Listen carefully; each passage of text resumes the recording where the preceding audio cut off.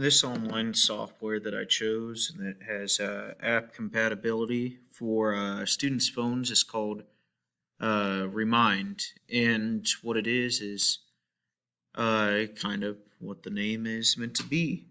Um, it'll help you with being able to remind your students on kind of a more visible and user friendly platform. Um, so the reason that I looked for this one was looking for a way to kind of send out a reminder for students or like an announcement about class or upcoming things like that, um, and also to their parents, and doing it in a way that wasn't having students having to check their email because they're not great at that at my school anyway.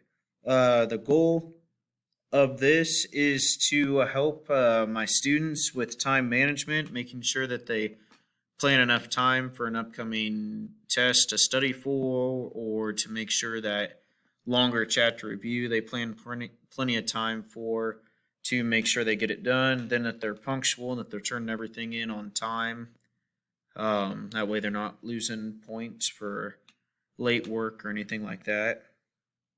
Um, this designed are targeted for my students, not only them, but also the parents of classrooms, because you can add them so they see the announcements too. And this will help me reach standard for education leaders 1A and 2D, which state that we're ensuring that all students have skilled teachers who actively use technology to meet students' learning needs by informing them on this software, and then also to communicate effectively with stakeholders to gather input on the plan, celebrate success, engage in a continuous improvement cycle.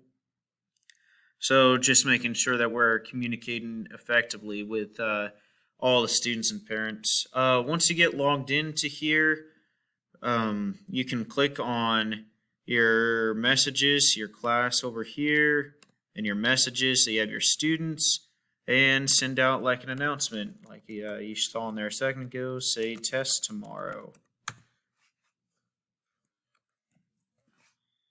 And once you send that out, if the students have the apps, it will get them a notification.